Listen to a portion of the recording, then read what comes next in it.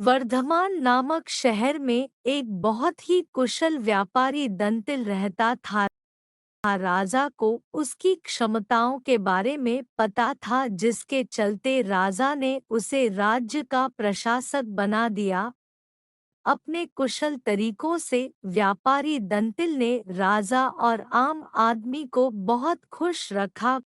कुछ समय के बाद व्यापारी दंतिल ने अपनी लड़की का विवाह तय किया। इस उपलक्ष्य में उसने एक बहुत बड़े भोज का आयोजन किया। इस भोज में उसने राज परिवार से लेकर प्रजा तक सभी को आमंत्रित किया। राजघराने का एक सेवक जो महल में झाड़ू लगाता था, वह भी इस भोज में शामिल हुआ, मगर गलती से वह एक ऐसी कुर्सी पर बैठ गया जो केवल राज परिवार के लिए रखी हुई। सेवक को उस कुर्सी पर बैठा देखकर व्यापारी दंतिल को गुस्सा आ जाता है और वह सेवक को दुत्कार कर वह वहां से भगा देता है। सेवक को बड़ी शर्मिंदगी महसूस होती है और वह व्यापारी दंतिल को सबक सिखाने का प्रण लेता है। अगले ही दिन सेवक राजा के कक्ष में झाड़ू लगा रहा होता है। वह राजा को अर्धनिद्रा में देखकर बड़बड़ाना शुरू करता है। वह बोलता है, इस व्यापारी दंतिल की इतनी मजाल कि वह रानी के साथ दुर्व्यवहार करे। यह सुनकर राजा सेवक तुरंत राजा के चरण पकड़ता है और बोलता है, मुझे माफ कर दीजिए, मैं कल रात को सो नहीं पाया। मेरी नींद पूरी नहीं होने के कारण कुछ भी बड़बड़ा रहा था।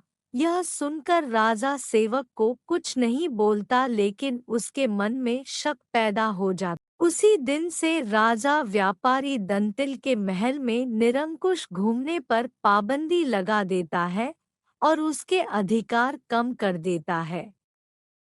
अगले दिन जब व्यापारी दंतिल महल में आता है तो उसे संत्रिया रोग देते हैं। यह देखकर व्यापारी दंतिल बहुत आश्चर्यचकित होता है। तभी वहीं पर खड़ा हुआ सेवक मजे लेते हुए बोलता है, अरे संत्रियों, जानते नहीं ये कौन है? ये बहुत प्रभावशाली व्यक्ति हैं जो तुम्हें बाहर भी फिंकवा सकते हैं, ठीक वैसे ही जैसा इन्होंने मेरे साथ अपने भोज में किया था। तनिक सावधान रहना। यह सुनते ही व्यापारी दंतिल को सारा माजरा समझ में आ जाता है। वह सेवक से माफी मांगता है और सेवक को अपने घर खाने पर बुलाता है। व्यापारी दंतिल सेवक की खूब आवभगत करता है। फिर वह बड़ी विनम्रता से भोज वाले दिन किए गए अपमान के लिए क्षमा मांगता है और बोलता है कि उसने जो भी किया गलत किया। सेवक बहुत खुश होता है और व्यापारी दंतिल से बोलता है, आप चिंता ना करें, मैं राजा से आपका खोया हुआ सम्मान आपको जरूर वापस दिलाऊंगा। अगले दिन राजा के कक्ष में झाड़ू लगाते हुआ सेवक फिर से बड़बड़ाने लगता है, हे भगवान, हमारा राजा तो इतना मूर्ख है कि वह गुसलखाने में खीरे खाता है। यह सुनकर राजा क्रोधित हो जाता है और बोलता है, मूर्ख, तुम्हारी ये हिम्मत! तुम अगर मेरे कक्ष के सेवक ना होते तो तुम्हें नौकरी से निकाल देता। सेवक फिर राजा के चरणों में गिर जाता है और दोबारा कभी ना बड़बड़ाने की कसम खाता है। राजा भी सोचता है कि जब यह मेरे बारे में इतनी गलत बातें बोल सकता है तो इसने व्यापारी दंतिल के बारे में भी गलत बोला होगा।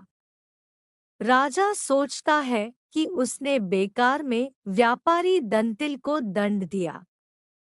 अगले ही दिन राजा व्यापारी दंतिल को महल में उसकी खोई प्रतिष्ठा वापस दिला देता है। सीख, व्यक्ति बड़ा हो या छोटा, हमें हर किसी के साथ समान भाव से ही पेश आना